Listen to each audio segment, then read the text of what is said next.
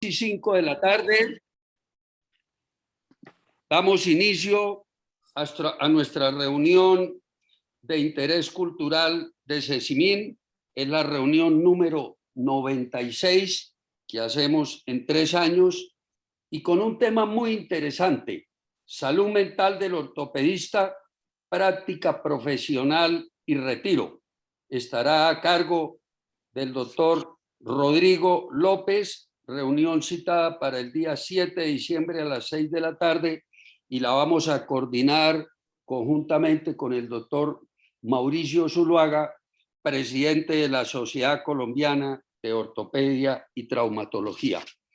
El doctor Rodrigo López, además de ser un gran amigo y colega y excelente ser humano, es médico ortopedista con dedicación a la cirugía de hombro y rodilla y medicina deportiva.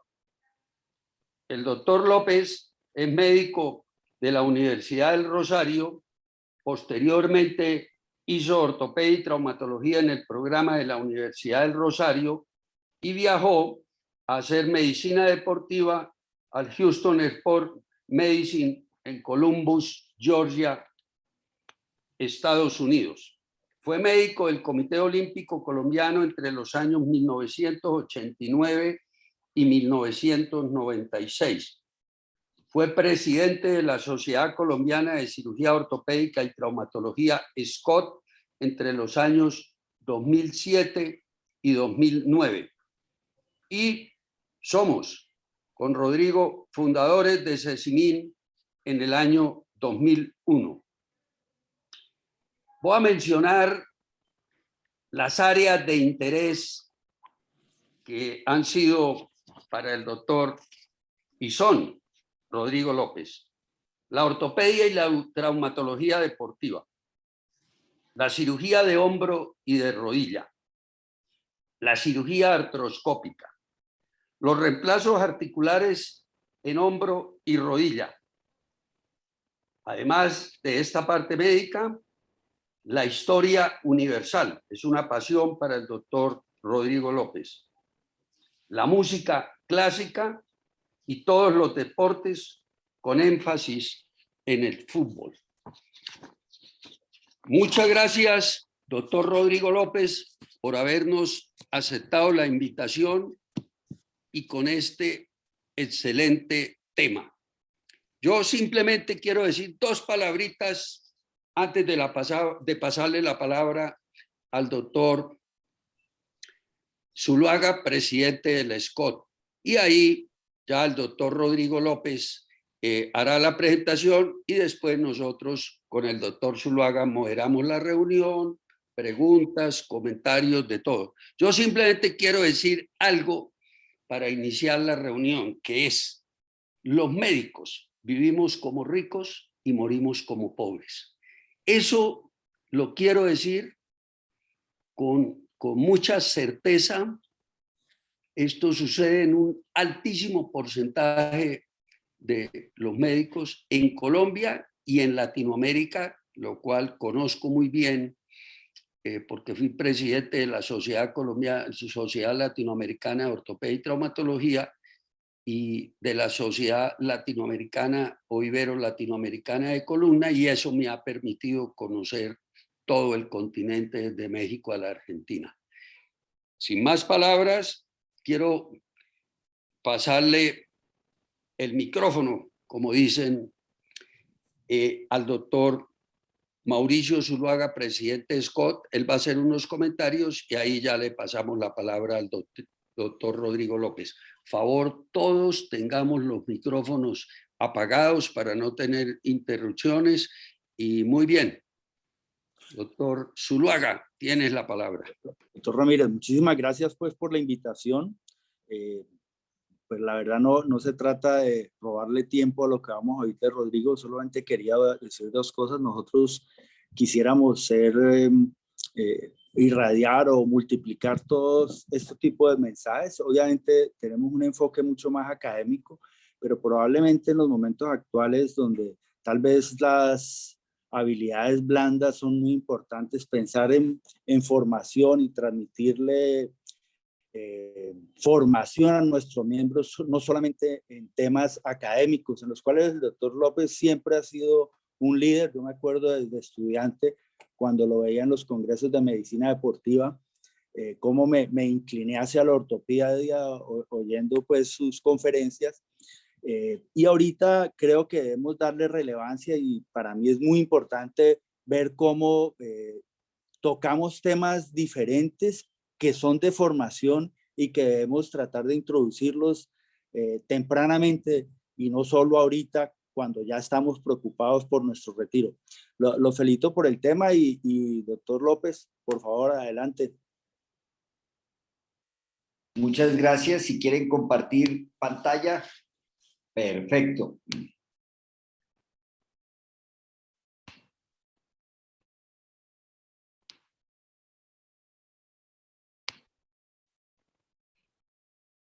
Bueno, como lo decían mis predecesores, pues no es el tema habitual en algo ortopédico. Estamos acostumbrados a hablar de técnica quirúrgica y muchas cosas, pero en realidad, de verdad, y antes de iniciar, quisiera agradecer las palabras del presidente actual y del expresidente de la sociedad, mi gran amigo Jorge Ramírez, a quien quiero y admiro mucho y me ha enseñado mucho de los que les voy a contar. Que si tengo conflictos de interés para esta participación, pues claro, porque yo ya estoy de salida, entonces pues yo quiero, sepan lo que va a tener un sesgo especial la charla, y el objetivo no es más sino crear un poco de conciencia de un tema tabú que estigmatiza mucho, y es la salud mental, el síndrome del agotamiento y cuando llega el retiro. Esas son las fotos de nuestro bien amado Sesimín, la Clínica Reina Sofía y la Clínica Universitaria Colombia, donde trabajo. Y yo ya no soy médico del Comité Olímpico, pero llevo 20 años en la comisión disciplinaria. Absolutamente todo lo que yo voy a decir, así suene un poquito irrelevante, cualquier nimiedad que diga está respaldada por bibliografía. ¿Y por dónde empezar? Porque somos ortopedistas y traumatólogos, y es una profesión muy agradable. Lo primero que nos diferencia de muchas especialidades médicas es que nosotros no lidiamos con situaciones de vida o muerte. Si hay un riesgo grave de vida, no es problema nuestro, eso es del intensivista, el cirujano general, etc. Nuestro objetivo básico y nuestro trabajo es mejorar la calidad de vida de los pacientes. Y eso es muy reconfortante.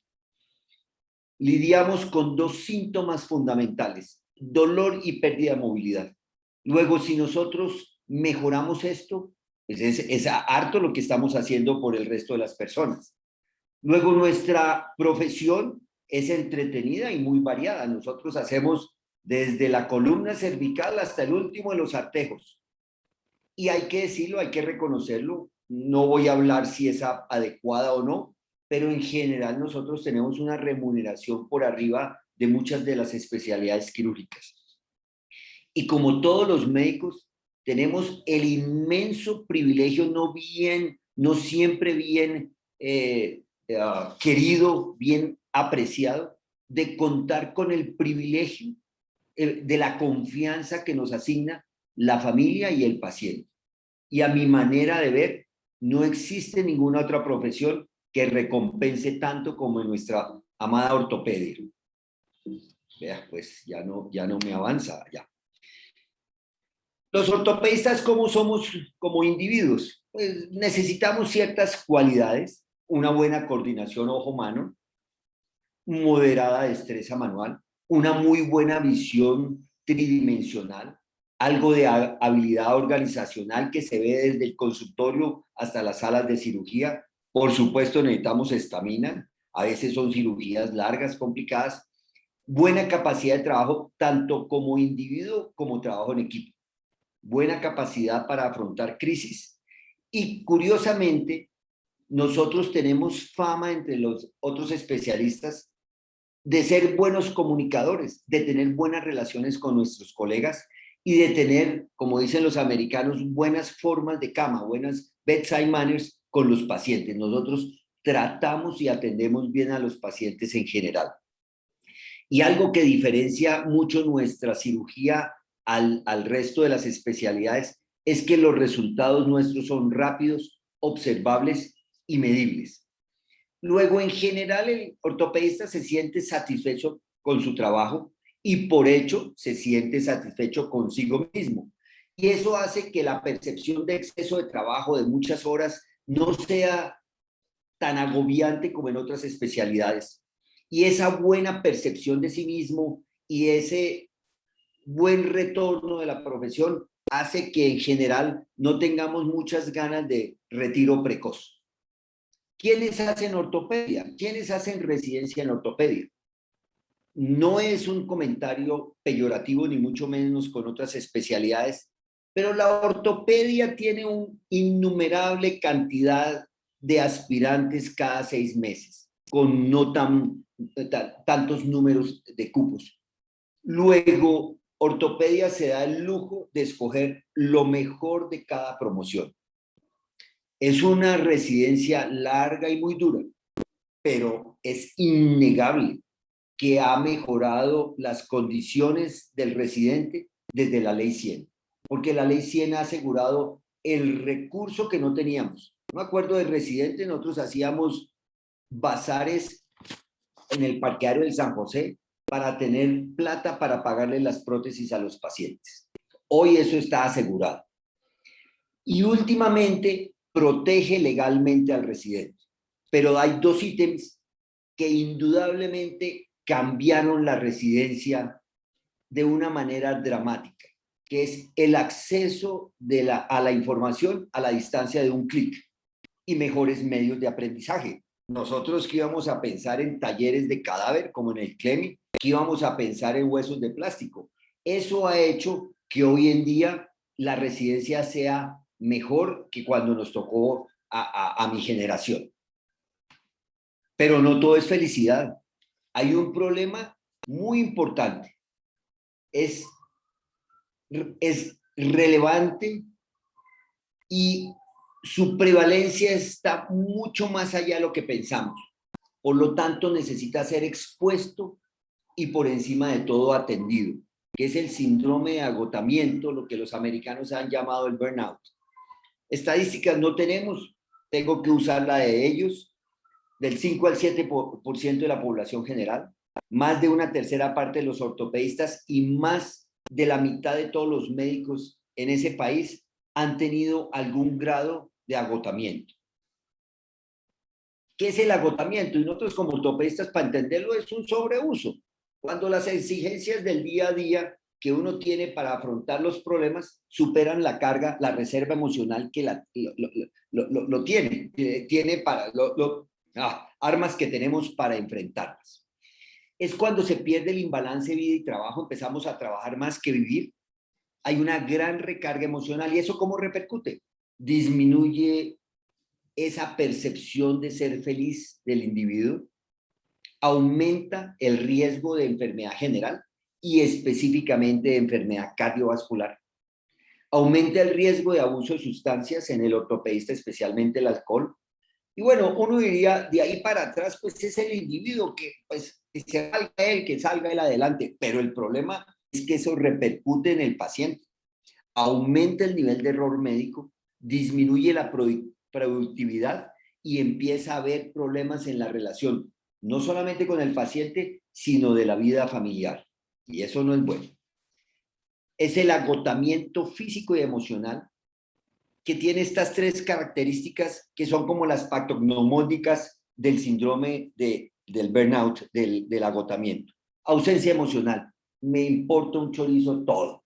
Despersonalización. No sirvo para nada, nadie me quiere. Aislamiento social. Como no hago las cosas bien y nadie me quiere, yo no me meto con nadie, me aíslo. Y esto está dado por el estrés prolongado, mucho trabajo, gran número de horas que superan las 60 de casi todo el mundo a la semana, gran número de casos.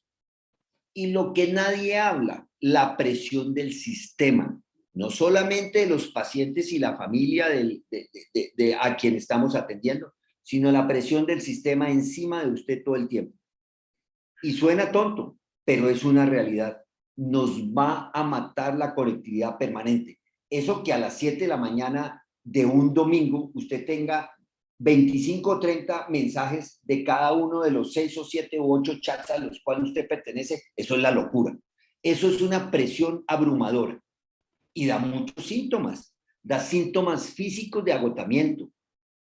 Hay irritabilidad, fatiga, insomnio, pérdida de la memoria, desasosiego, nerviosismo, dolor de cabeza, irritabilidad, aumenta el riesgo de enfermedad general, se pierde la energía. Y lo que se han denominado síntomas de cinismo y desapego, el aislamiento, no disfruta uno con nada, hay apatía, hay paranoia, ¿por qué yo? Desesperanza, yo no sirvo para nada, no voy a llegar a ningún lado, actitud negativa. Y después vienen los síntomas de la inoperancia, que es lo que se traduce afectando a los demás. Pérdida de productividad, mal desempeño, incumplimiento, pérdida de los objetivos, etc. En últimas, se pierde la calidad de vida del individuo. Y es cuando uno tiene que hacer el balance entre lo que le debe dar con el autosacrificio a los pacientes y lo que debe guardar para uno mismo. Como digo, esto la gente como que no le gusta hablar de esto, se siente inhibido, uno critica, pero en realidad no es consciente de cuánto lo está afectando a la práctica del día a día, que es la inmensa carga burocrática. Esto es un sistema absolutamente maligno, lleno de presiones regulatorias. ¿O quién no ha fibrilado cuando le anuncian mañana te va a caer la Secretaría de Salud? Eso es terrible. Esto es un comentario y estaba dirigido para el personal de quirófano, para los otros especialistas internistas e infectólogos, el gran impacto emocional negativo de las infecciones de los pacientes en el cirujano ortopedista. Eso es terrible.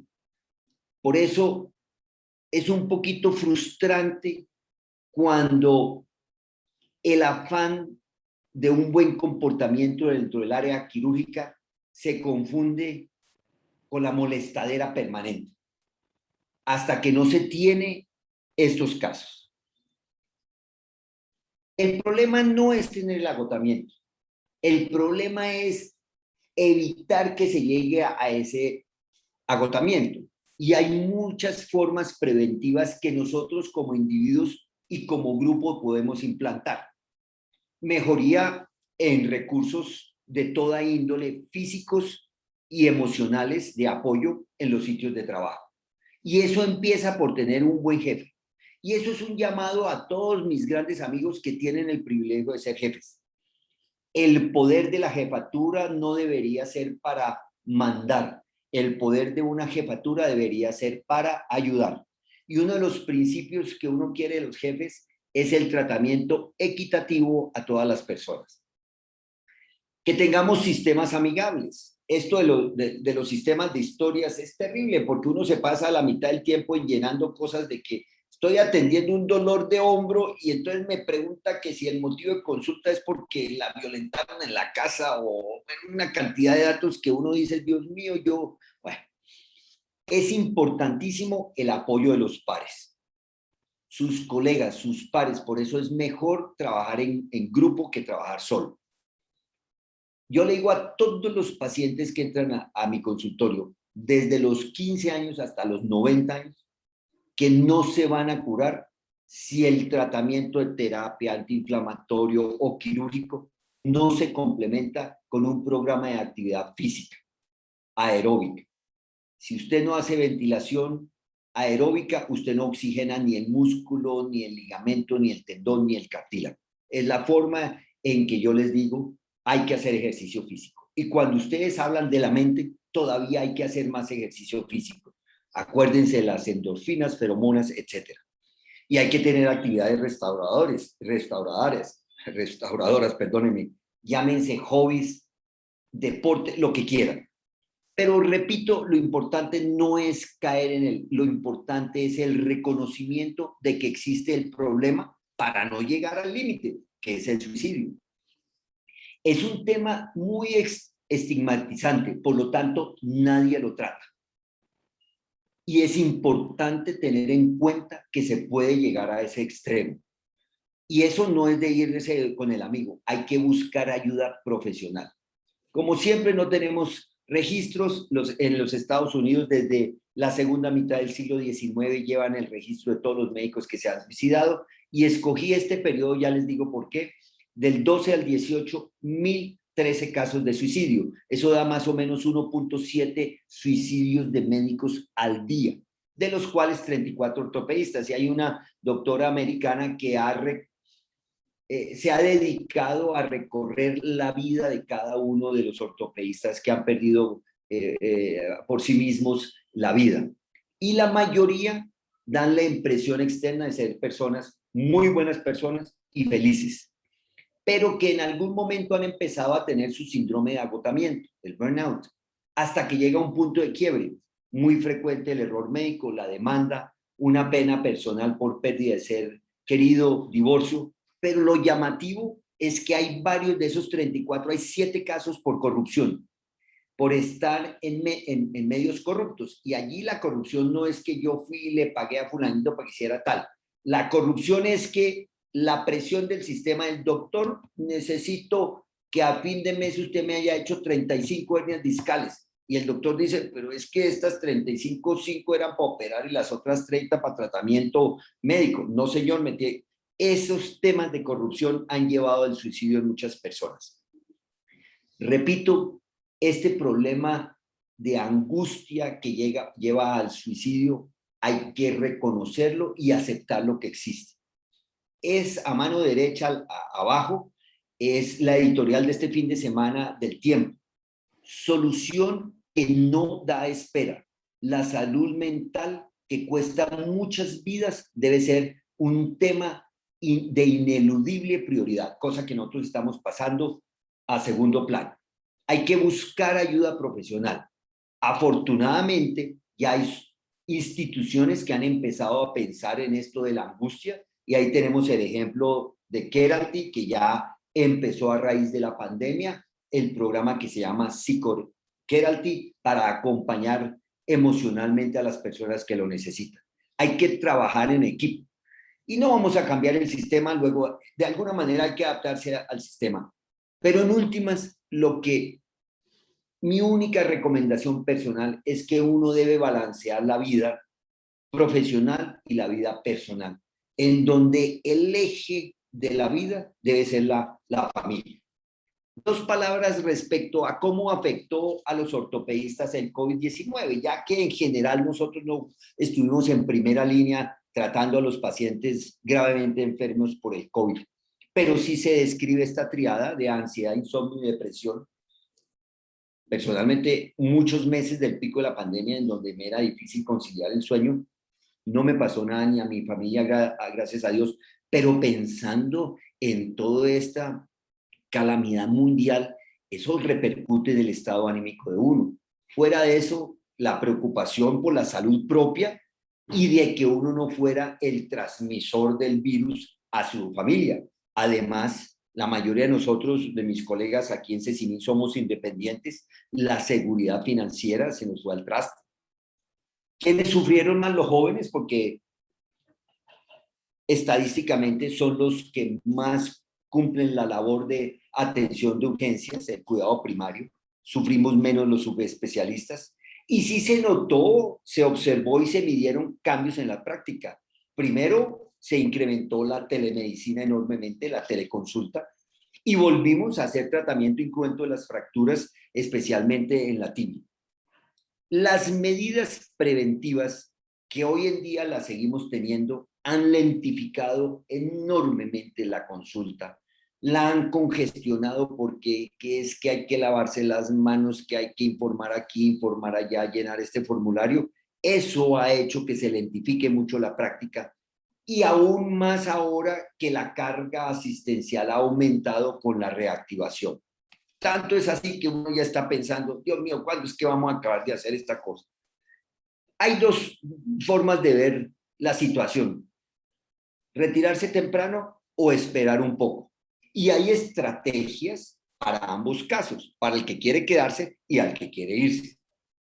De nuevo, estadística de la academia. la edad de retiro de los americanos está entre 60 y 69, alrededor de los 65. La quinta parte quiere seguir operando después de los 70. El 60% quiere retirarse a tiempo. El 30% no quiere retirarse. Eso cuando se le hace la encuesta a los mayores de 60. Pero si se hace la encuesta a los jóvenes entre 36 y 50, la inmensa mayoría quiere retirarse antes de los 60. Pero la media, y eso lo vemos mucho también en nuestro medio, déjenme operar hasta entrados los 60 y de pronto seguir viendo pacientes hasta entrados los 70. Factores que afectan el hecho de querer retirarse ya. Por supuesto, lo que hemos hablado, el agotamiento, el burnout.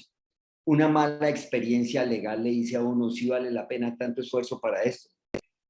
A mano derecha están los decretos de la Secretaría de Salud de Bogotá para las exigencias sencillamente para habilitarse como prestadores del servicio de salud. Esas regulaciones y esa burocracia nos van a acabar. Fuera de eso, uno ya empieza a ver que la edad está aumentando y que uno empieza a perder competencias. Entonces dice uno, hombre, yo antes de que la embarre, me retiro. Y ya los pacientes no crean, los pacientes empiezan a decir, yo no quiero ir a este señor, ya es mayor, etcétera. Luego los ingresos empiezan a disminuir considerablemente y el individuo dice, ¿será que vale la pena estos pocos ingresos para tanto sacrificio? Yo mejor me retiro. Pero también está el otro lado, los que no se quieren retirar. ¿Por qué? Porque la profesión es altamente satisfactoria y recompensadora. Además, todavía hay necesidades financieras, que la hipoteca, que el posgrado del hijo, que hay que atender la necesidad de aquel, del otro, etc. Y como le hemos dedicado tanto tiempo a la profesión, pues nuestro primer círculo social son nuestros colegas. Si nos retiramos, nuestros colegas, pues no vamos a tener esa relación con ellos como la teníamos antes. La necesidad de identidad. Tan aferrados a la profesión que dejamos de hacerla. ¿Quién somos para la sociedad? Nada, otro individuo, otro pensionado de la esquina, otro que hace cola de la tercera edad. Y miedo a perder vigencia. ¿Cuándo voy a volver a hacer una cirugía teletransmitida? Eso es duro y eso hace que la gente eventualmente no quiera retirarse. Y hay una verdad de apuño, que el envejecimiento disminuye todo esto. Fuerza, masa muscular, agudeza visual, acomodación, la destreza, la velocidad de reacción, ojo-mano, cognición, memoria verbal, o si no vean cuántos errores he tenido en la conferencia, la recordación numérica. Todo eso disminuye. Por supuesto, se compensa con que a mayor edad, mayor conocimiento basado en la experiencia. Y el dios Cronos no perdona. El dios Cronos es indefectible, progresivo. O si no, miren la foto de la esquina, hace 15 años a la salida de un restaurante en Buenos Aires y a cómo estamos hoy. Luego, nosotros envejecemos. Y hay un principio que los americanos han llamado learning distancing, la lejanía del aprendizaje. Los que llevamos más de 20, 25 años de práctica, y no voy a hablar mal ni de la residencia ni del fellow, que no fueron buenos, fueron excelentes. Pero yo hoy en día no hago absolutamente nada de lo que aprendí, ni durante la residencia, ni durante el fellow. Todo ha cambiado en 20 años. Y el ejemplo más práctico que se da es el tratamiento de las fracturas de huesos largos, que ya ni MIPO, ni MAPO, no, ahora es una incisión pequeña intramedular y pónganle los tornillos dinámicos, etc. Ni hablar de la cirugía de columna. Lo que hace hoy, por ejemplo, el doctor Ramírez, nada que ver con lo que aprendimos durante nuestra residencia. Luego eso empieza a impactar porque nuestra capacidad de aprendizaje no es la misma que teníamos de residentes. Y eso hay que tenerlo en cuenta. No podemos nosotros continuar el ritmo de aprendizaje como lo hacen los profesionales jóvenes. Y viene el factor más importante, entre comillas, que es la plata. Estar enfermo, mejor dicho, no hay que estar enfermo, pero es mejor estar enfermo con plata que sin plata. Y el ortopedista empieza a generar siendo ya viejo. 5 años de escuela de medicina, 1 año internado rural, residencia, subespecialidad. Uno empieza a medio producir a los 31, a producir a los 35. Mientras que nuestros compañeros de bachillerato nos ha cogido 8 años de producción. Luego, desde el momento en que se gana el primer peso, hay que empezar a pensar en la pensión y hay que ayudarse. Eso de que venga, yo lo ahorro aquí, miro allá el índice de la bolsa, no, señor. Eso tiene que uno asesorarse de los profesionales. Hay que hacer un planeamiento financiero a largo plazo, con apoyo de los pares, por supuesto, que le vayan contando sus experiencias y a través de las asociaciones profesionales, llámense sociedades científicas o cooperativas de médicos. Pero hay que hacerlo desde inmediatamente empiece la vida laboral. Otro factor que no tenemos en cuenta, nosotros como cirujanos tenemos esa inmensa, divina sensación de poder al tener un individuo indefenso en una mesa de operaciones, o anestesiado general, o amarrado, o sedado, y nosotros lo invadimos. Eso da una sensación de poder grande. Al dejar de operar, nos sentimos impotentes y pensamos que nos estamos convirtiendo en la indefección del paciente. Nos volvemos vulnerables. También nos estamos dando que con el tiempo hemos perdido capacidades y como tenemos más años, 1 año más de vida, 1 menos que vivir. Luego estamos sintiendo más cercano la posibilidad de la muerte. Luego, de alguna manera, el dejar de operar es una experiencia semejante a una muerte. ¿Cuándo dejar de operar? Entonces, la mayoría no queremos llegar a operar a los 70. Yo no quiero llegar a los 70 operando. La legislación es muy variable. En Colombia ya hay algunas instituciones, 65 solo, hasta 70 acompañado, más de 70 solo ayudante. Aquí a mano derecha están lo que yo encontré de algunos países que sí tienen legislado eso. Pero el mensaje es que hay que tener autocrítica. El inglés del insight. Nosotros ya somos conscientes de que entre mayores, menos habilidades.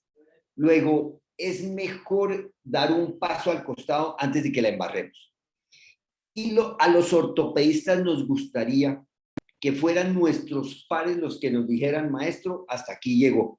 Y no una regulación de una dirección médica, de un ministerio de salud, de una secretaría de salud. ¿Qué hacer entonces con el retiro? Hay muchas alternativas. Uno quiere quedarse en el área de medicina y nosotros hemos tenido un poquito los cambios de los valores.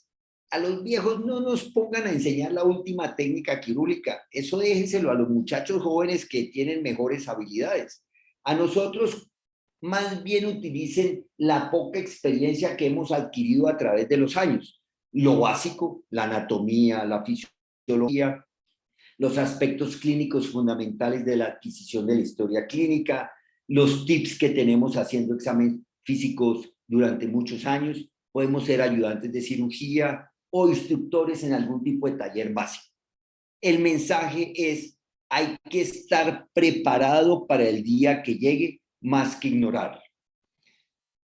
Para terminar, he tratado de dar un pincelazo de que hay un tema importante que es la salud mental y que la sensación de bienestar no solamente es físico, sino mental, y respetando las creencias religiosas de todos o no creencias religiosas de todos nosotros, el bienestar espiritual es fundamental. Si creemos en un Dios, hay que tenerlo al lado, hay que tenerlo ahí. Si creemos y tenemos esa fe, hay que tenerlo al lado. Pero hay que basarse en las buenas relaciones con la familia, con su pareja, con sus colegas. Hay que hacer ejercicio, doctores, y hay que tener un pasatiempo basados en que tengamos algo con qué hacerlo, que es un planeamiento financiero adecuado a largo plazo. No hay que hacer cortoplacistas, sino hay que planear a largo plazo. En resumen, hay un problema que no debe ser negado ni estigmatizado. Hay que reconocerlo y prevenirlo. Muchas gracias.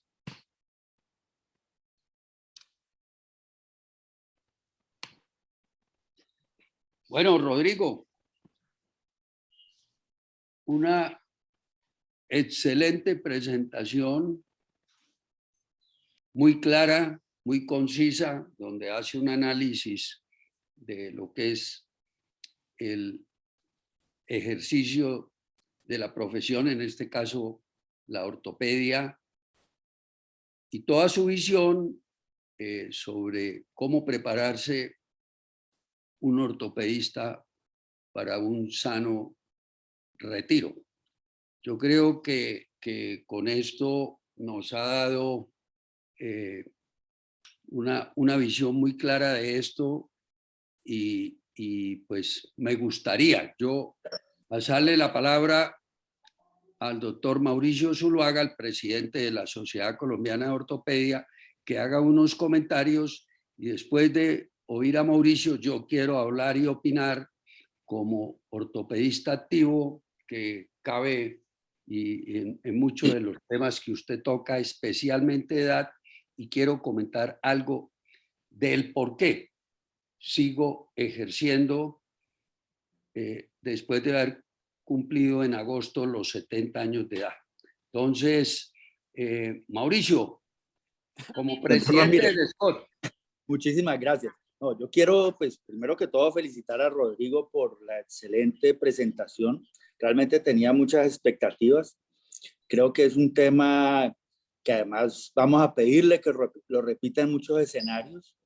Creo que como él lo dijo, y hubo una diapositiva que llamó mucho la atención, me llamó mucho la atención, la palabra prevención. ¿Qué tenemos que hacer? Esta charla será para nosotros, la mayoría que estamos aquí un poco más mayores, algunos más, otros en momentos cercanos al retiro, otros que deberíamos estar evaluando qué tan preparados estamos para dentro de unos pocos años, pero probablemente lo mejor sería dársela a los más jóvenes para que empezar a hacer que empiecen a hacer realmente prevención con respecto a lo que habló Rodrigo, a lo que nos enfrentamos del exceso de trabajo, de pronto no fomentar otro tipo de actividades diferentes que nos permitan no tener ese impacto. Yo pues creo que va a dar para alguna discusión que hagamos comentarios, pero quiero felicitarte, Rodrigo. Excelente presentación. Muchas gracias. No, pero Jorge, es que hay personas de personas. Yo estoy refiriendo en lo general, ¿no? Pero por supuesto. No, es que de eso se trata, Rodrigo. Es un tema que tú lo refieres a lo general y de eso es que cada persona lo debe analizar en su caso. Y venga, quiero comenzar yo por diferentes razones, porque de pronto de todos los que estamos conectados soy el de mayor edad. De pronto, con actividad con la ortopedia, ¿sí? Entonces, quiero referirme a lo siguiente.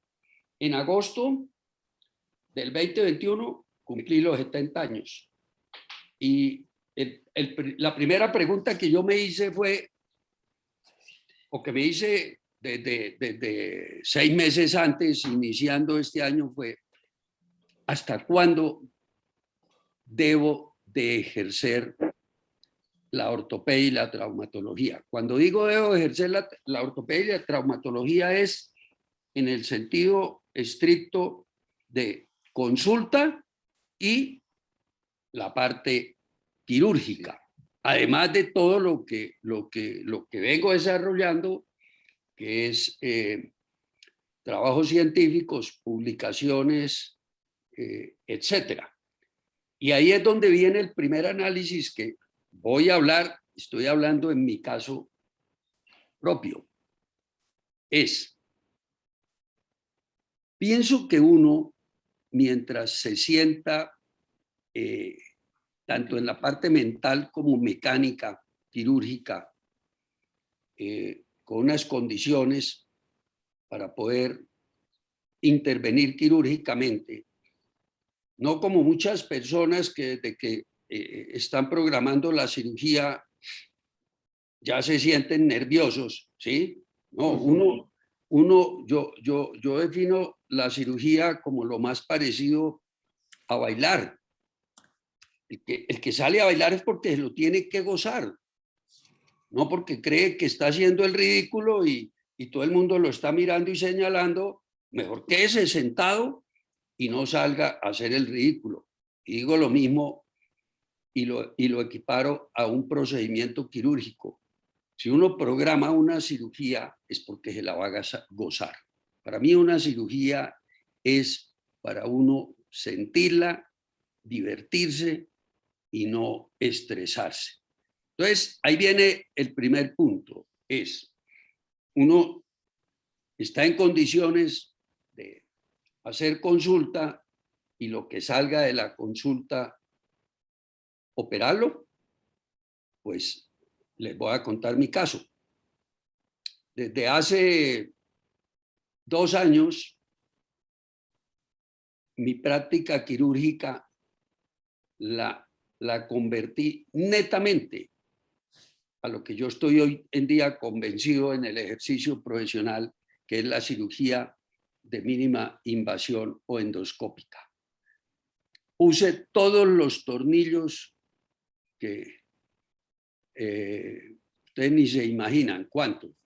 Fui la primera persona con Carlos Montero que hicimos, yo creo que fue en el año 82, una instrumentación transpedicular con el método que en ese momento se llamaba las placas de Staffy o Steffi. Con eso resumo que he puesto todos los tornillos, pero hoy en día solamente hago procedimientos que duran máximo 1 hora, que es la cirugía endoscópica o la cirugía percutánea de mínima invasión. Si a mí me llega un paciente para un procedimiento de estos, que en mi visión y experiencia cada vez veo menos indicaciones en los tornillos, pero indudablemente los hay, se los remito o a Pepe Rugeles o a Carolina Ramírez para que ellos hagan este procedimiento. Segundo, todas mis cirugías entro, yo no utilizo la palabra ayudante, con un asistente, que es un cirujano de columna, yo opero martes y viernes, los martes con Carolina Ramírez, como operamos esta mañana, y los viernes con Pepe Rugeles. Entonces siempre estoy con un cirujano haciendo los procedimientos de endoscopia. La consulta la reduje 3 días a la semana, lunes, miércoles y jueves, de 8 a 1 máximo, y los martes y viernes los procedimientos quirúrgicos. Eso sí, comienzo muy temprano, a las 6:15, y lo estoy terminando en lo posible, máximo a la 1 de la tarde. Entonces, continúo ejerciendo, disfruto lo que hago, no me genera estrés, y lo tengo que decir, no lo hago por la parte económica, porque afortunadamente mi visión sobre el emprendimiento me ha permitido que mis inversiones, que todas son en el sector salud, hasta el día de hoy sean productivas. Razón por la cual indirectamente me gusta la política, para ver hacia dónde va el país y no tener que en poco tiempo estar buscando con los amigos latinoamericanos dónde irse uno a vivir, porque aquí la situación no es viable. Esto lo digo como cuña, pero es cierto. Disfruto lo que hago, sé que le aporto a mis pacientes, quiero seguir generando una escuela desde el punto de vista académico, científico, con la cantidad de colegas que nos vienen de otras partes, Y esto lo digo, y perdóneme, Rodrigo, porque la conferencia es tuya, pero simplemente del por qué a los 70 años sigo queriendo ejercer lo que es la parte de consulta y cirugía medio tiempo, y el otro medio tiempo, que sería en las tardes, a todo lo que tiene que ver con lo que estoy dedicado de escribir, publicar y también pues estar muy cerca de las inversiones que he hecho en el sector salud. Entonces, yo quería mencionar esto como un complemento de lo que se ha dicho, porque ustedes ponen, y creo que es un número que hay que tener muy en cuenta, que son los 70 años, y eso lleva a que uno mismo tenga los criterios de poder decir el día de mañana, me retiro ya, por lo menos de la parte quirúrgica, porque me genera estrés. Y uno pienso que debe hacer lo que le genera satisfacción, como hablaba ahorita, el baile, ¿sí? Entonces, simplemente quise, como la persona que cumplió 70 años y sigue activa, hacer estos comentarios de cómo yo veo el ejercicio profesional, toda la experiencia que la vida le ha dado a uno en la formación de criterios médicos y la experiencia quirúrgica, poderla seguir aplicando hasta el momento en que uno se sienta que está aportando, está disfrutando lo que hace y perdón el término, pero ahí así lo puedo decir, se está gozando el ejercicio profesional. Pero todo lo que Rodrigo nos presenta es muy válido, con estadísticas traídas de los Estados Unidos, porque desafortunadamente en Colombia no las tenemos, ninguna de lo que Rodrigo nos dijo. Y decirles a todos los colegas que están aquí hoy conectados, creo que son bastantes, que sigan disfrutando del ejercicio profesional, saber cada uno en qué momento retirarse y no esperar que le llegue un mensaje por un tercero a decir que está haciendo el ridículo, que es mejor que no vuelva a un quirófano, y gozarse, ¿verdad? Esa es la palabra, el ejercicio profesional. Y prepararse para el retiro, porque todos tenemos que llegar a eso, algunos más tarde o más temprano que otros, y prepararse en el sentido de tener un respaldo económico que muchas veces no es la misma pensión, sino las inversiones que cada uno haya hecho, y tener algo de complemento, de deporte, de a dónde ir, grupo de amigos, de lectura, es decir, como estamos haciendo con estas reuniones de todos los martes de este grupo de interés cultural, de poder oír lo que piensan los demás, temas diferentes a la medicina. Eso es, yo creo que la salud mental que todos tenemos que ir buscando.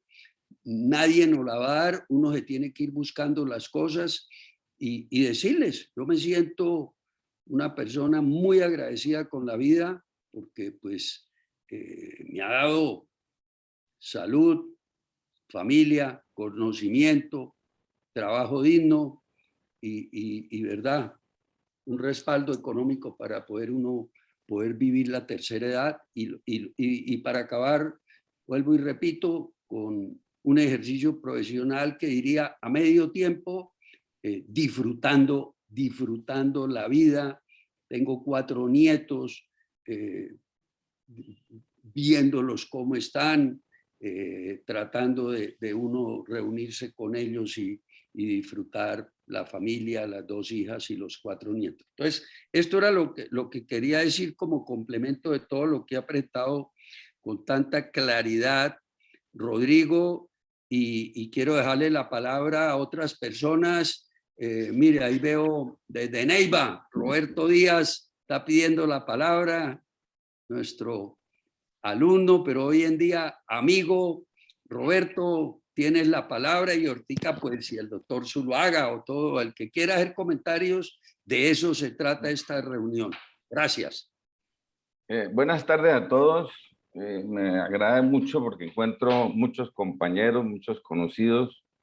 Con el doctor Rodrigo López, nosotros nos conocemos, a pesar de que en el pregrado y en el posgrado estuvimos en facultades distintas, los dos nos acompañamos desde el internado y después nos encontramos de residentes.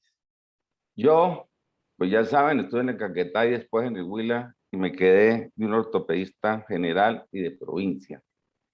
Pero lo que sí estamos identificados es en los criterios que él tiene para la buena vida. Eso sí, no hay ninguna duda. El descanso, todos me conocen, yo nunca dejé de hacer siesta. Eso tiene un valor agregado, porque llega a la casita y come con amor. Es la misma carne, es el mismo arroz, pero es con amor. Y segundo, se ve a uno con la familia.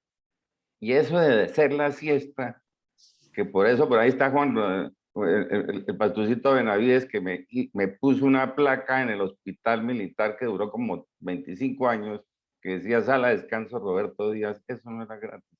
Y eso vale mucho en la vida. Eso estoy totalmente identificado. El segundo, el elemento que él plantea de la distracción, eso es básico.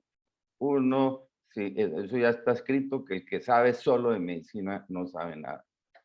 Entonces yo hice aquí se le facilita a uno en Neiva hacer un posgrado. Hice un posgrado de finanzas con administradores, con economistas, y quedé a la altura. Me entretenía. Eso es otro mundo. Y tercero, la actividad deportiva. Aquí sí le queda uno tiempo. A mí me gusta, yo soy poco deportista. El deporte mío ha sido la natación. Aquí pude ejercer el tiro. Me gusta disparar con carabina cerrada. Pero el mejor deportista que tenemos aquí en nuestros compañeros es Raulito. Les informo que todavía se juega 2 y 3 partidos por semana. Y tiene sus horarios para eso y lo respeta. Y el primero organiza las rotaciones por sus partidos de fútbol y después sí el resto. Entonces yo quería saludarlo, encontrarlo. Vemos cómo después de que los dos empezamos de internos, que no sabíamos eso, que nos iba a traer la vida, cómo ha pasado el tiempo y vea cómo nos encontramos y cómo vamos. Muchas gracias a todos, compañeros. Muy amable. Sí, Gracias, Roberto. Ay, por aquí los espero, échense la rodadita. ¿Quién es, perdón, Francisco, que está pidiendo la palabra? Pues Francisco soy yo. Pacho.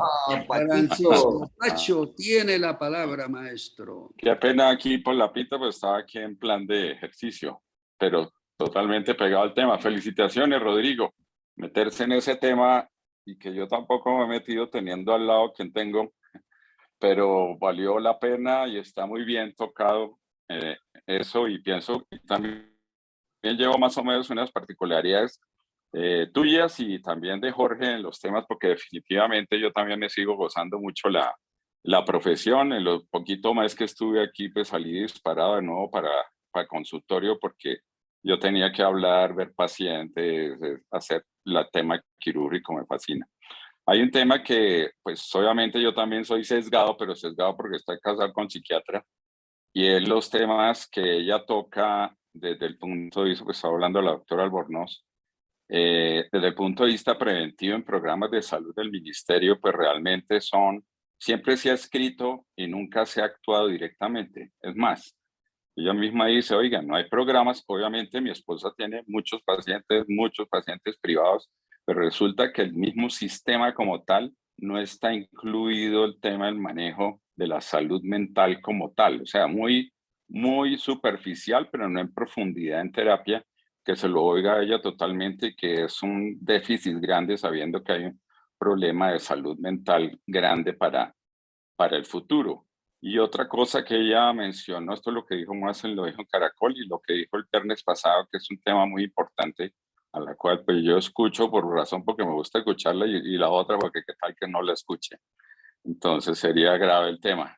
Pero de que es muy importante en todos estos temas que vemos y que nos toca a nosotros mismos sin ser los psiquiatras, pero sí con el resto de la gente que tenemos que manejar, que si ya somos, pues tenemos liderazgo en ciertas cosas, y es el aprender a escuchar más, no ponderar, sino el escuchar permite que uno pueda ver algunas cosas de la gente con la cual estamos a los lados.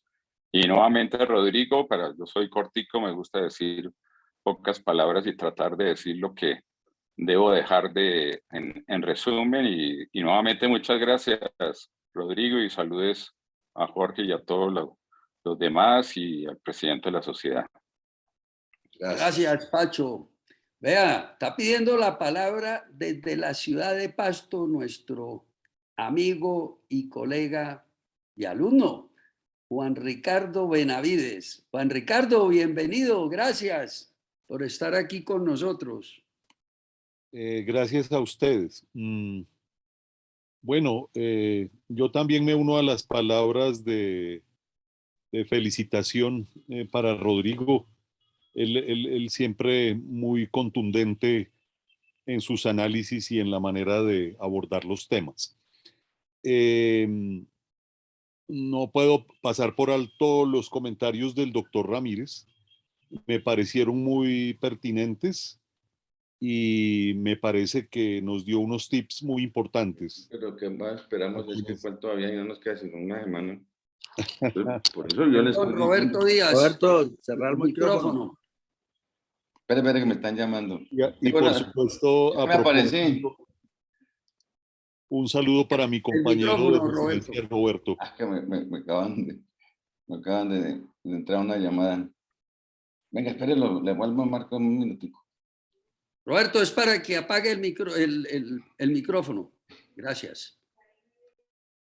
Bueno, después de esta breve introducción de salud, y realmente es muy, congratula mucho pues encontrarse con los profesores, con los compañeros y con los amigos, ¿no?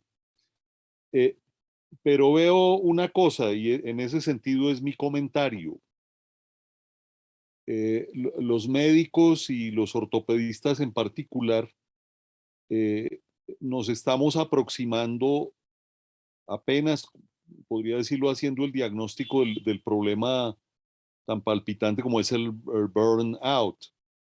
Entonces, a mi parecer, con una cifra tan alarmante como 34% de ortopedistas afectados por este problema, se me ocurre pensar en este momento que sería muy importante, y aprovecho la presencia de otro buen amigo, el doctor Mauricio Zuluaga de la ciudad de Cali, nuestro actual presidente, que la SCOT como sociedad científica nuestra, científica y gremial al tiempo, abordara el tema y empezara a desplegar estrategias para prevenir el problema.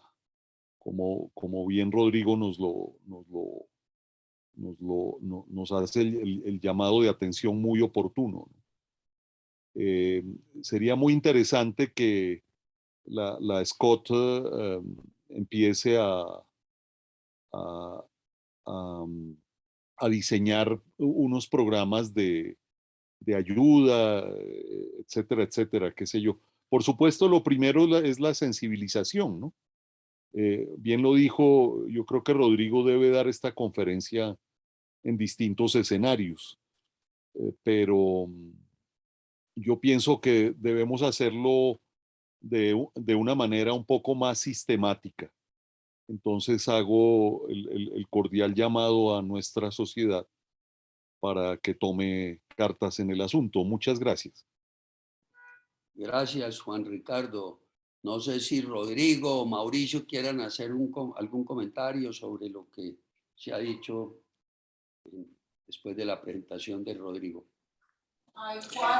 No, yo creo que haciendo un resumen, sino tratando de hacer todo, yo creo que este es un tema muy de actualidad y que debemos tomarlo no solamente como interesante, sino plantear estrategias de abordarlo como está muy de moda decir, sistémicamente, ¿no?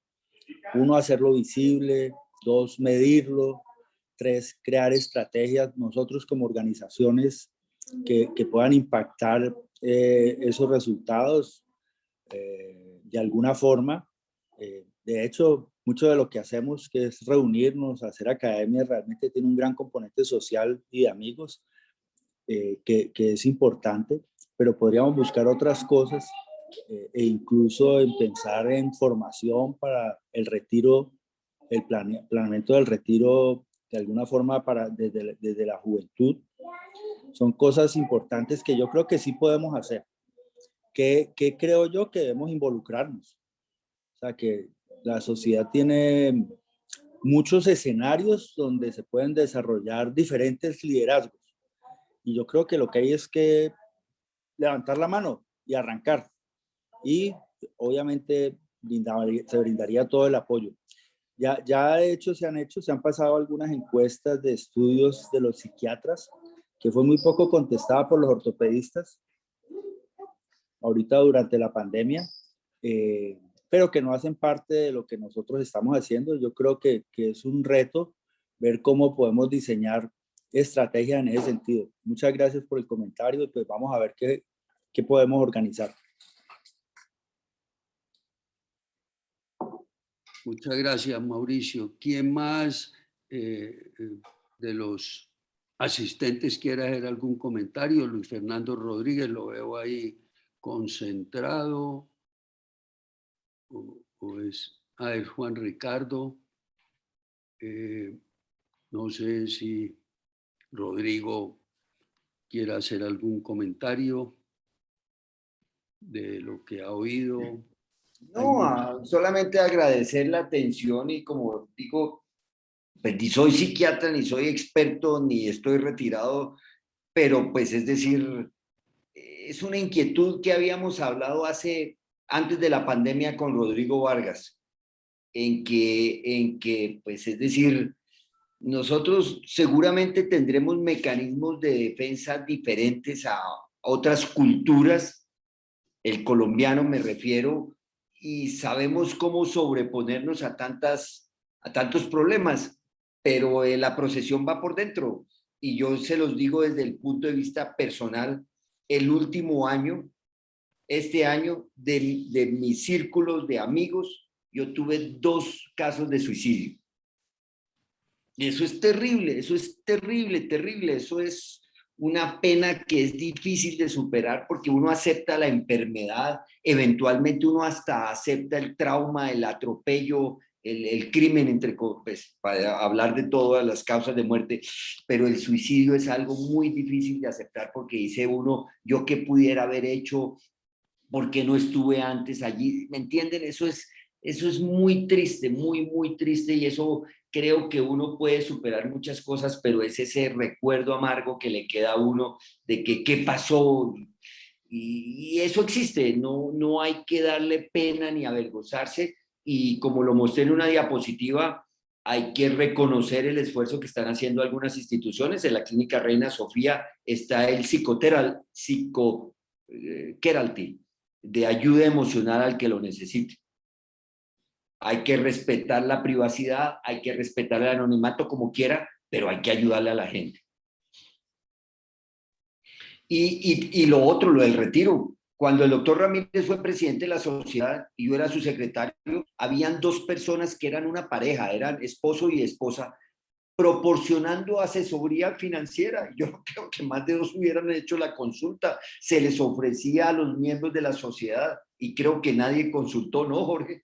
Sí, así es, Rodrigo. Dentro de los planes de liderazgo que hicimos fue ese, y el otro el del curso de finanzas para no financieros, que era precisamente darle herramienta a los colegas para que supieran hacer inversiones. Yo siempre he dicho que estar uno actualizado en medicina pues es nuestra esencia, pero si le hubiéramos dedicado el 5% del tiempo a oír de otros temas, de emprendimiento, de innovación, de finanzas, de liderazgo, de todo esto, créame lo que la situación actual de muchos colegas sería completamente diferente. Eso lo digo como crítica constructiva, porque es que yo pienso que mucha gente, muchos colegas de nosotros, lo ve uno ejerciendo forzosamente después de 75 y 80 años, simplemente para poder subsistir. Porque hoy en día el promedio de pensiones en América Latina y en Colombia no pasan de los $1.000. Bueno, hoy en día ya $1.000 son casi 4 millones, pero hace 3, 4 años $1.000 eran 2 millones de pesos. Y esos estudios que existen de que pues, no nos hemos preparado precisamente para poder tener una tercera edad razonable y justa a cómo hemos vivido y todo lo que nos hemos preparado y estudiado. Mire, hay dos personas que están pidiendo la palabra. Una es Enrique, perdón, no sé quién es, pero pues tiene la palabra y después se la damos a Edgar Alberto. Enrique Vergara. Yo, Quique, ¿cómo estás? Bienvenido, tiene la palabra. Hola, Rodrigo, mucho gusto. Ay, después el doctor Muñoz, Edgar. Bueno, tiene la palabra, Enrique. Mucho gusto en verlo, Enrique. Mucho gusto. Me place verlos y saludarlos después de tanto tiempo, compañeros de trabajo, compañeros de la vida. Un placer escuchar esa conferencia tuya, Rodrigo, que le recuerda no solamente a nosotros, sino a los que vienen detrás de nosotros, esos jóvenes que nos están empujando, que no se les olvide que la vida es un equilibrio, que de pronto algunos de nosotros lo teníamos claro, el equilibrio entre el trabajo, el deporte, las actividades culturales, que son plenas en la vida y que lo llenan a uno. Gracias por ese recorderis. Y no, solamente quería intervenir para saludarlos y para decirte que aquí estamos escuchándolos. Jorge, un saludo formal, y a todo el resto del grupo que está por acá, que hace rato no los veo, que lógicamente la vida, los ajetreos de la vida en este momento, las durezas, nos ha alejado un poco, pero bueno, estamos pronto a acercarnos para vernos otra vez en cualquier momento. Un abrazo fuerte para ustedes. Muy buena charla y buena presentación. Gracias, Rodrigo, como siempre. Lo mismo, Enrique. Un abrazo y muchas gracias. Gracias, Enrique. Tiene la palabra nuestro colega y expresidente de la SCOT, el doctor Edgar Alberto Muñoz. Gracias, Edgar, por estar aquí con nosotros. A usted, muy interesante la charla, Rodrigo. Un abrazo grande. Excelente tu presentación y Muchas que viene gracias. al lugar y que nos pega especialmente a quienes ya hemos dado un paso al costado. Yo tengo 73 años, no soy menor que tú, Jorge. Total, soy el más viejo de los estáticos reunidos. Y yo desde hacía... Qué bien que hubiera uno más viejito, Edgar. Yo desde hacía 3 o 4 años venía pensando muy seriamente cuándo será que voy a dar un paso al costado. Porque mi actividad académica y mi actividad asistencial profesional seguía siendo intensa en el hospital, seguía siendo intensa en mi consultorio, pero me preocupaba eso y me acordaba con mucha frecuencia de algunas charlas que tuve al final de la vida con el profe Quinteros Guerra, que me decía: Edgar, hay que dar el paso a tiempo, no cuando lo saquen en unos gorrazos, a cachuchazos. Y yo creo que es importante eso. Es muy triste cuando uno llega al invierno de la vida y, caray, decir, oiga, cierro el consultorio, no vuelvo a ver pacientes porque ya no, nadie me consulta, nadie me busca. Eso es muy triste. Entonces hay que pensar de una manera positiva, oiga, ¿cuándo voy a dar el paso al costado? A mí la pandemia me facilitó eso. Comenzó la pandemia, me vine para la finca y un día de esos cogí mi cuatrimoto, me metí en un potrero, grité al cielo y di las gracias por todo lo que me dio. Una familia, mi profesión, mi hospital, ¿cierto? Y una cosa, algo que para mí en este momento es trascendente, y son mis discípulos. Ver uno cómo gratamente ellos me superaron con creces gigantescas.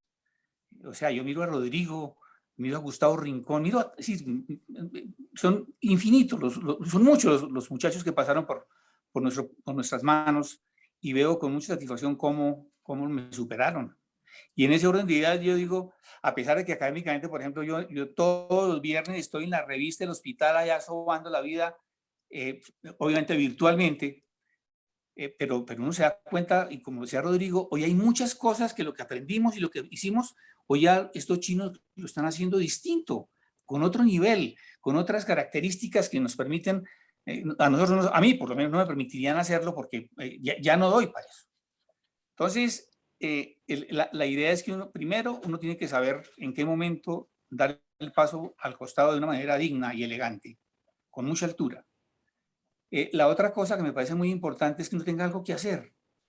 Uno no puede quedarse relegado a la tristeza infinita de que me volví viejo y esperando a ver cuándo es que la calavera me va a cascar en la cabeza. No, hay que seguir pensando con optimismo y seguir haciendo cosas. Personalmente, de hecho, por ejemplo, yo sigo con una actividad académica importante, administrativa, que me ocupa gran parte de mi tiempo y que me llena de ilusiones y de ideales, que es muy importante para una persona. ¿Qué más les digo yo? Tú dijiste, Jorge, una cosa que es muy importante y que uno nunca piensa que va a llegar a viejo cuando está joven. Uno en los 30, 35 años no piensa que va a llegar a viejo y no piensa uno de la seriedad que debe tomar la vida en el sentido de hacer una planeación financiera para el retiro. Eso es muy importante porque al final de la jornada uno se queda realmente solo. Y si no tiene uno el apoyo económico personal de lo que uno ha hecho, pues la cosa se va a complicar. Quería decir simplemente eso. Segundo, que me alegra mucho verlos y bueno, ahí seguiremos dando guerra hasta donde sea posible. Un abrazo grande para todos. Muchas Gracias, gracias. Edgar. Lo mismo. Comparto todas esas apreciaciones y perdóname que no sabía que había uno más viejito. Yo tengo kilometraje, usted ya va en millas, pero ahí vamos. Oiga, Jorge, Sí. Oiga, Jorge, más viejitos, pero no fósiles. Eso, nunca, eso no. Mire, Ahí escribió Carlos Barça. Espérame, le voy a dar la palabra a una persona que conozco mucho, es un gran ortopedista en Lima, Perú, y después vino e hizo cirugía de columna con nosotros acá en el programa que dirigía con la Universidad del Bosque, el doctor David Ríos. Bienvenido, doctor David Ríos, y qué gusto que nos acompañe creo que desde Lima, por lo menos desde el Perú. Bueno, y después le damos la palabra a Gilberto Lara. Desde Lima. La palabra, David. Gracias, muchas gracias. Desde Lima, un saludo para todos. Bueno, ha sido una reunión muy linda y más aún escuchándolos a todos ustedes y dando sus puntos de vista. Yo creo que este es un tema que no siempre lo pensamos, pero que es necesario que pensemos. Un fuerte abrazo para todos y felicitaciones. Gracias, David. Rodrigo, ¿quieres comentar algo, David? No, David, que lo veo muy bien, hombre. Vamos a ver cómo les va ahora con el nuevo gobierno allá. Mejor no tomemos temas políticos. Bueno, sí, es una lástima, pero bueno, ahí vamos. Ahí vamos. Ya pueden verlo. Tiene la palabra el doctor Gilberto Lara, y creo que después va a hablar nuestro... Nos vemos. Gracias. Gustavo Pineda. Buenas noches a todos. Tienes la palabra. ¿Me escucha, profe? Sí, perfectamente. Te escuchamos y te vemos, Gilberto. Óigame, perdóneme, Gilberto, ¿es una chaqueta o una bata? Cuénteme. A Rodrigo. Jorge me va a poner a hablar. Gustavo, ahorita hablas. Vamos a oír a Gilberto. Buenas noches a Rodrigo, un abrazo y muy buena la conferencia. Muy productiva, no solamente para los que nos estamos acercando a esa edad, sino sobre todo, como lo decían ustedes, para los que vienen. Yo creo que se hace imperativo, como lo han comentado varios colegas, que este tipo de conferencias se sistematicen en los congresos nacionales. Es muy importante. Me vino a la memoria en este momento cuando asisto al Current Concept. Ellos también les han dado muchas importancia a los médicos y han comentado varias veces allá los que se han retirado también cómo comparten sus experiencias y a qué se dedican, orientaciones para los que estamos a punto de tomar la decisión de retirarnos. De modo que estoy de acuerdo con mis colegas que dicen que esta conferencia, Rodrigo, hay que volverla nacional en algún congreso y que los profes, así como comentaba el profe Muñoz, el profe Ramírez, también le demos la palabra en los congresos nacionales para que nos aporten esa experiencia del retiro para no solamente nosotros los que estamos próximos, sino para la gente que viene. Lo que decían ustedes es cierto, cuando uno tiene 30, 40 años ve muy lejos eso y resulta que cada vez se vuelve más cerca la situación de tomar la decisión de retirarse y de retirarse con dignidad, gozándosela, como dice el profe, todavía en los años quizás que somos más productivos. De modo que gracias Rodrigo, gracias doctor Ramírez, al profe Muñoz, y que ojalá podamos ver estas charlas en muchas conferencias en los congresos nacionales. Un abrazo a todos. Gracias, Gilberto.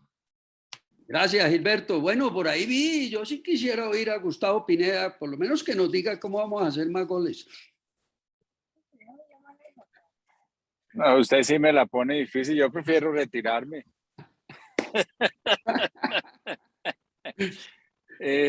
No, primero, muchas gracias, Jorge, y por todo, hombre. Yo no sé si las palabras de Gilbertico lo animen a uno a retirarse más rápido de lo que él está suponiendo, pero yo pienso que no, yo pienso que uno debe vivir sus momentos, sus etapas y su cuarto de hora como lo tenemos. Miren ustedes, el Congreso argentino fue 1, 2 y 3, ¿cierto? Porque siempre es la misma fecha. Y en una de las charlas del remate del día jueves, pusieron a los, digamos, los profesores y los formadores nuestros a hablar de sus anécdotas, lo que ustedes acaban de mencionar. Y ríase lo ameno y lo rico que fue un conversatorio casi de 45 minutos, oyéndolos hablar y participando uno y viviendo eso. Entonces, como bien lo dijo Gilberto ahora, si uno puede participar con los profesores que lo formaron a uno como profesor a los que formó, y ahora los que vienen detrás empujándolo a uno, también formándolo a uno, hombre, eso sería muy agradable, muy, muy agradable, créame. Y en esa misma teoría yo creo que uno aplica con los jugadores de fútbol para que hagan goles, hombre. De acuerdo, Gustavo. Bueno, ¿quién más de los asistentes quiere dar alguna opinión? Tenemos todavía unos minutos. Creo que ha sido muy interesante este conversatorio. Nos han quedado cosas muy claras. Excelente no sé, todo. Si alguien Oye, quiere... doctor Bárcenas, ¿cómo está? ¿Quién está ahí? Muy bien, muy El bien. doctor Bárcenas. Venga, maestro Bárcenas, Carlos, ¿qué opina? Tus palabras son muy importantes. La experiencia de la vida y del ejercicio profesional. Gracias por acompañarnos. Sí soy el bastante mayor de todos porque Ahora sí veo. 78 años. Exactamente. La pandemia me hizo retirar. Mejor dicho, trabajé hasta los 75. Desde los 70 empecé a hacer cirugías no tan complejas, pero de cuando en cuando con mis ortopedistas infantiles que han trabajado conmigo siempre en Imbanaco en los últimos años, les colaboraba mucho en esas cirugías grandes. El doctor Zuluaga es testigo de eso. Y también es testigo que hasta hace 2 años, cuando empezó la pandemia, tenía mi consultorio afortunadamente lleno 4 veces a la semana. Creo que todavía no me estaba patinando el coco, no estoy gaga, creo que no. Físicamente estoy muy bien, no tengo ningún temblor, nada, me tiembla. Ni la ya lo que ya se cayó, eso sí lo sabemos. Pero realmente he seguido muy activo, sobre todo en la parte académica. Hacemos una junta de ortopedia infantil todos los miércoles en la mañana con mis ortopedistas infantiles de la clínica. No me han dejado retirar del comité de ética del Centro Médico Imbanaco. Ahí sigo desde hace 20 años. Y es un comité bastante activo. Estamos muy pendientes de todo, trabajando muy duro. Doy algunas conferencias a pediatras, sobre todas las cosas básicas de ortopedia infantil, pero no de las cosas modernas, porque ya en las cosas modernas hay que entender que a uno lo dejó el tren. Tengo en mi celular un podómetro para saber cuánto camino diariamente, como por no quedarme inactivo y no empiezarme. Y esa es mi experiencia, de modo, doctor López, que yo creo que usted todavía tiene mucho que dar. Ay, muchas gracias. Y creo que así como Jorge Ramírez está dando, yo creo que tú también lo puedes hacer. Y por favor, no se queden en la casa haciendo nada, ni contando los bananos que compró la mujer el día del mercado, ni viendo que destapando las ollas para ver qué van a hacer al almuerzo. Eso no lo vayan a hacer nunca. Porque termina la mujer matándolo a uno. Muchas gracias, Carlos. Lo que tienen que agregar es la próxima estrella. Gracias por esta conferencia. Bueno, gracias. Lo que tienen que agregar es la próxima estrella de Millonarios. Quiero darle la palabra. Mire, Gustavo, póngale cuidado que se va a estrellar. No diga pendejadas. Ave María. Quiero darle la palabra a una persona muy especial que nos acompaña y que no es ortopedista, el doctor, gran amigo y colega, el doctor Osvaldo Borraes. Osvaldo es expresidente de la Sociedad Colombiana de Cirugía, miembro de número de la Academia Nacional de Medicina y actualmente vicepresidente del Colegio Médico Colombiano, además del presidente de la Asociación de Exalumnos de la Universidad Nacional. Gracias, Osvaldo, por acompañarnos y queremos oír tus palabras. Yo llegué tarde a la charla, desafortunadamente venía corriendo porque quería escuchar este tema.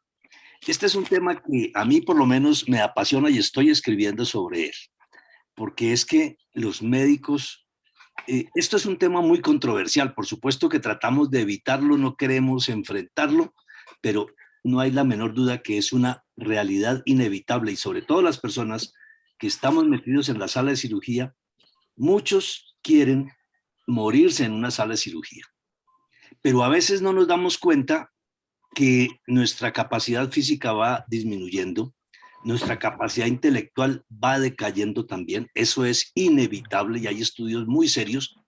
Yo hace 2 o 3 años, cuando la Asociación Colombiana de Cirugía me hizo un reconocimiento, hablé sobre este tema.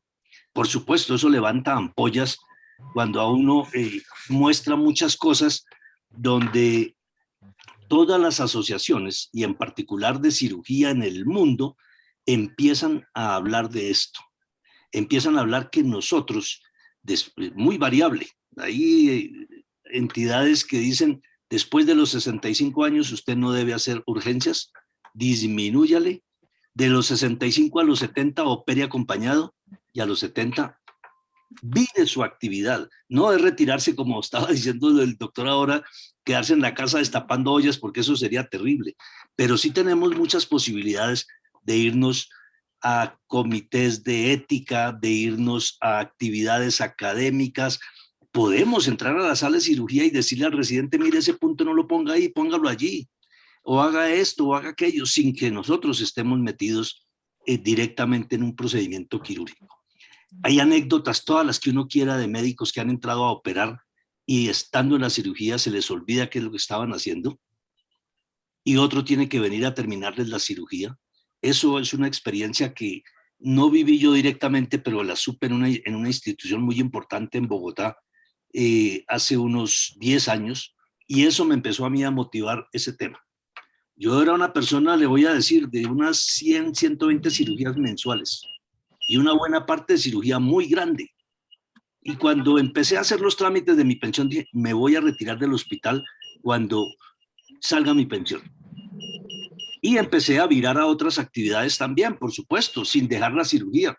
Y aún hago cirugía, tengo muy claro cuándo me voy a retirar, pero ya no hago cirugía grande. La cirugía grande me pasa lo que le pasa de pronto a Jorge. Tengo un partner que es mi hijo y yo lo acompaño a él, le ayudo a él y yo aprendo de él muchísimo de todos los procedimientos mínimamente invasivos que se hacen hoy en día. Pero es un tema que de verdad nosotros no tomamos en cuenta. Yo presido actualmente el Tribunal de Ética Médica de Bogotá y ustedes no se imaginan las cantidades de quejas que llegan contra cirujanos no tan mayores. Es que el cirujano que me operó a mí tenía tantos años. Eso es una queja constante de los pacientes. Y nosotros sabemos que nuestras funciones van declinando y van cambiando un poco. Entonces, esto sí es un tema de reflexionar. De verdad, hay que tenerlo en cuenta. Y también tenemos que no morirnos en una sala de cirugía. Tenemos que dedicarnos también a vivir un poco los últimos años de nuestra vida y disfrutarla en otra actividad académica. Muchas otras actividades podemos hacer con estudiantes, docencia, si estamos en condiciones de seguirla haciendo. Muchas cosas que podemos seguir haciendo dentro de la misma profesión, dentro de nuestra misma especialidad, pero es bueno no quedarse uno en la sala de cirugía, porque a veces nosotros mismos no nos damos cuenta y son nuestros residentes, son nuestros compañeros que dicen, pero mire esa embarrada que está haciendo mi compañero, mi amigo, y eso pasa con frecuencia. Quería hacer ese comentario porque es un tema controversial definitivamente. Gracias, Jorge, por darme la palabra. No, Osvaldo, gracias por ese comentario muy válido y todos lo entendemos y te apoyamos y así es. No sé quién más quiera opinar. Por ahí había visto, no sé si Iván Mauricio Rodríguez quería comentar algo. Lo vi. Sí, Iván Mauricio, tienes la palabra. ¿Ahí me están oyendo? Sí, perfectamente, Iván Mauricio. Muchas gracias, Jorge. Pues aprovechar la oportunidad para saludar a todos los queridos amigos, colegas, compañeros y profesores.